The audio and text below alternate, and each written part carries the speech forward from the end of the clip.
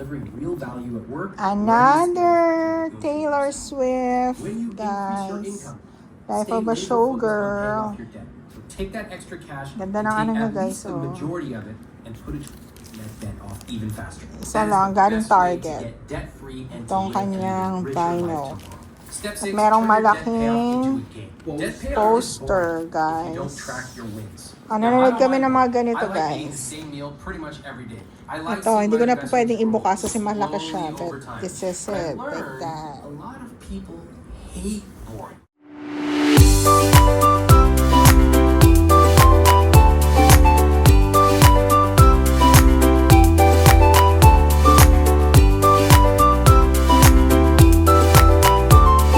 Good morning!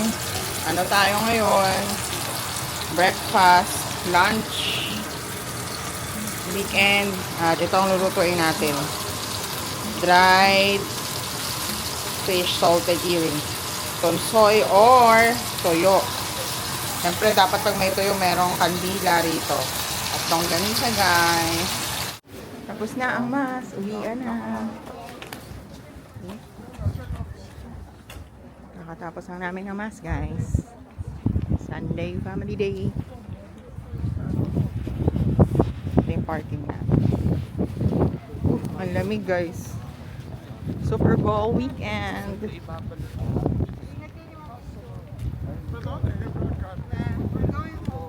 Bye-bye. Hello guys, good morning. Welcome to Team Ferris Vlog. Happy Sunday. Kakatapos lang namin sa Mass. Musta? Sobrang lamig sa labas. Sobrang lamig sa labas. Magka-Costco kami ngayon after netong Mass na to. And wala na kaming supply. And sobrang lamig, ang hirap kumilos. Pero kailangan mag-grocery.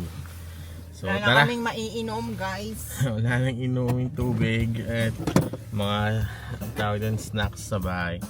So, samahan nyo kami mag-Costco. And again, don't forget to like and subscribe. Let's go! Ito na, guys.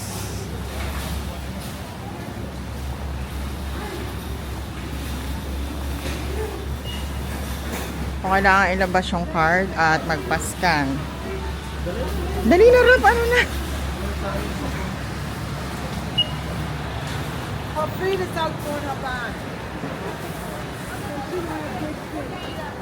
Costco. Kata mo yung card. Costco card. Personal information lang namin. Personal information agad.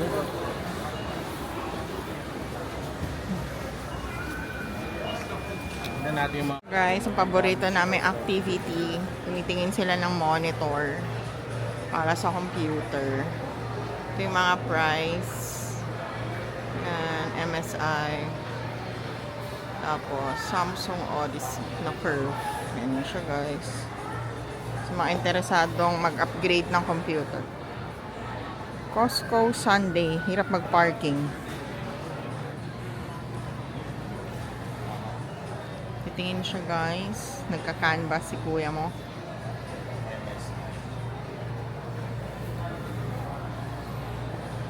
Portable monitor siya dito. Magkano yan, guys? 2099. Cyber gaming. MSI. Ang mahal naman niya.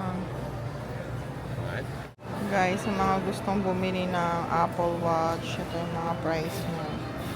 Magandang bumili dito kasi ano, may discount, ay may 2% na rebate. Ano siya, guys?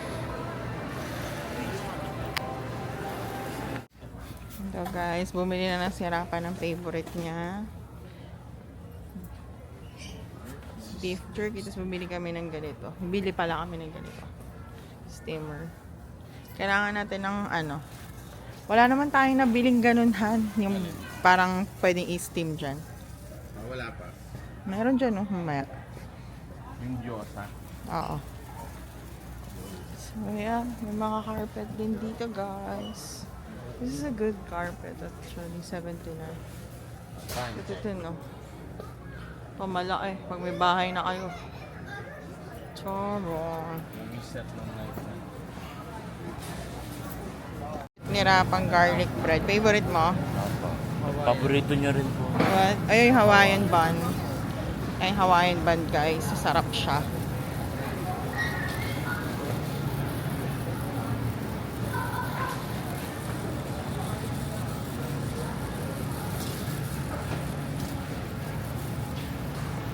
Sobrang lamig ngayon guys. Pero mas malamig ata kahapon. Kasi nga sa hangin sa yung Arctic blast. So, at until now, hindi pa nalulusaw yung mga yelo rito after snowstorm sa lugar namin. Sa buong East Coast. So, yeah. Guys, bayarin na. See you. Okay na si Rafa. Nakapag-grocery na siya. Nakamagkano ka, Rap? Hindi ko tinitingnan yung yung final outcome. Baka matakot ako. Sino yung mga spend lang. Spend and use. Okay, nag-aantay na kami kay Daddy. Kumukuha siya ng order doon. Ayan siya guys. Asawa ko, seryoso. Sino ang Costco? Hello guys. Kayo rin ba kapag ka-weekend, lalo na kompleto kayong family, nagluluto kayo ng mga yung mga restaurant kind of food para, alam mo yun, na-enjoy nyo ng family nang hindi kayo sobrang gumagastos. Napakita ko lang sa inyo yung niluluto ko today. Ito guys, ayan niluluto ko. Steak na may asparagus. At may mga veggies pa yan guys. Tapos yung asawa ko ay nag-prepare ng salad. Ayan, gawa siya ng salad. So, imbes na mag-Fridays kami, ito na lang guys, ang ating kakainin. Favorite ng anak ko yan, favorite namin. Masarap siya. At Angus beef to.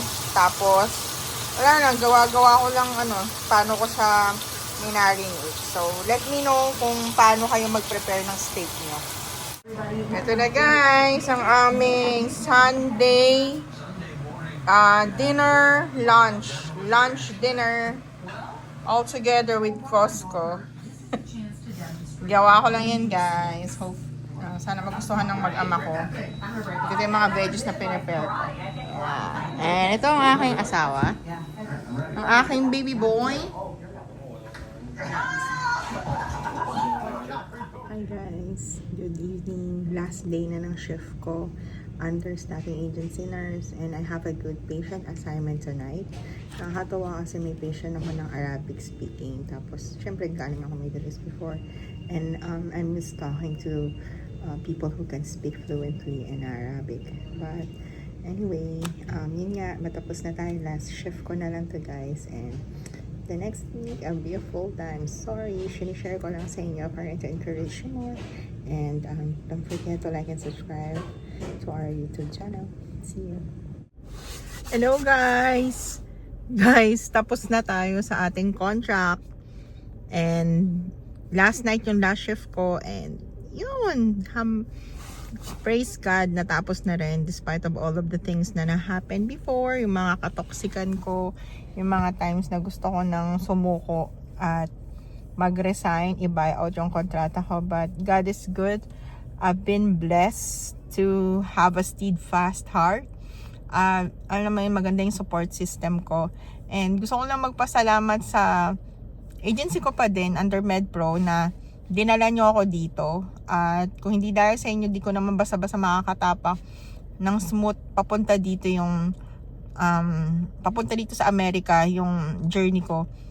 Maraming salamat sa agency ko, sa mga managers ko. Pero alam nyo guys, kung tatanungin nyo ako kung i-advise ko pa rin ba ang mag-staffing agency, as much as possible, if you have still options, you can go to direct hire than grabbing a placement agency guys, kung kaya nyo naman. Pero kung hindi nyo kaya, kailangan nyo ng support at tanggap nyo lang na mababa ang sahod, I would rather accept it. Pero gumawa kayo ng way na mapaaga, mapabilis yung kontrata nyo at maghanap pa kayo ng ibang part-time kasi hindi sasapat yung offer ng mga staffing agency. Kasi like my case, though night shift ako, tapos nagwi-weekend shift ako, wala akong mga differentials, wala akong mga weekend pay, wala akong night differentials. So, yun. Sorry na laglag kayo.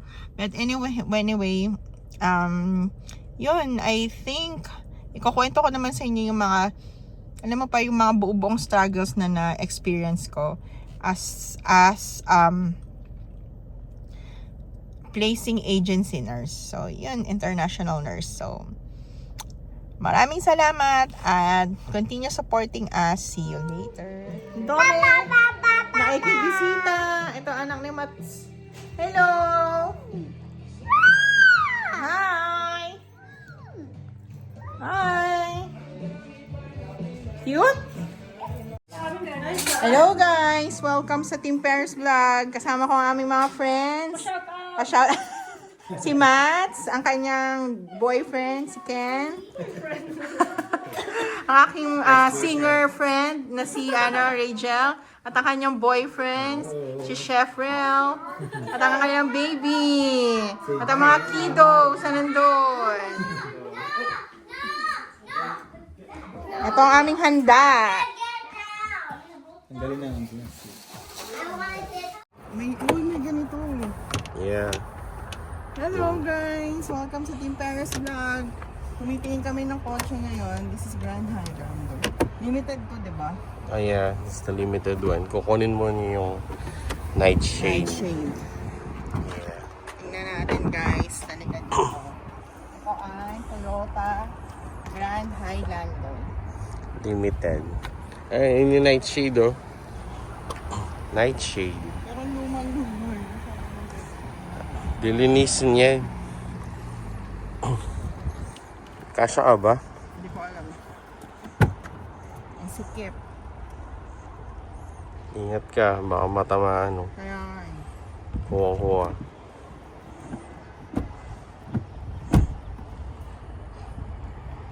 Hello guys! Good morning! Welcome again sa Team Paris Vlog. Ngayon ay Saturday. Anong date na ba? Today is February 14. Happy Valentine's Day sa lahat dyan. Salamat sa mga new subscriber namin at thank you sa mga nagsosupport sa amin. Shout out sa aking family dyan sa Philippines. Mama ko, Papa Vic, Mama Tita, at yung mga kapatid ko, mga ate ko. And yung mga pamangkin ko, mga baby namin sa Baby Eman, hello. At yun nga, kanina, nagpunta kami sa car maintenance location namin dito, malapit sa lugar namin, yung Auto Nation, dito sa may area namin. At actually, nag-purchase kami dati ng parang 6 car maintenance for 2 years ata yun. At magkano ata 300 something. Tapos, bigla ba namang akala ko same company pa rin yung pinagka-car maintenance namin, yung kasa kumbaga.